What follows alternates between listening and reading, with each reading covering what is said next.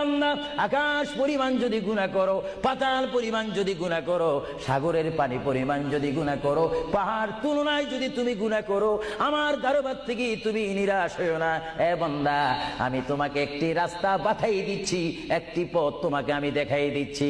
সেই পথটি কোন পথ তোমরা জানো? ওয়ালাউ আন্নাহুম ইযযালামু আনফুসাহুম জাউকা। বান্দারে, যখন তোমরা বরবাদ হয়ে যাবে, তখন তোমাদেরকে একটা পথ আমি তোমাদেরকে দেখাই দিলাম।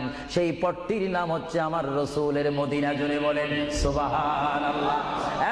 বান্দা, আমার নবীর দরবারে গিয়ে কেঁদে কেঁদে তোমরা বলো, ইয়া রাসূলুল্লাহ, ইয়া হাবিবাল্লাহ, আয়া আকা ইয়া রাসূলুল্লাহ।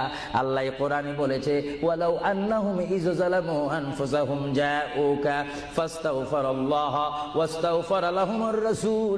আল্লাহ বলেছে, হে বান্দা, তোমরা ডানে না গিয়ে, বামে না গিয়ে, পিছে না গিয়ে তোমরা সরাসরি আমার নবীর কদমে চলে যাও। আমার নবীর কদমে গিয়ে আমি আল্লাহর দরবারে তোমরা তওবা করো।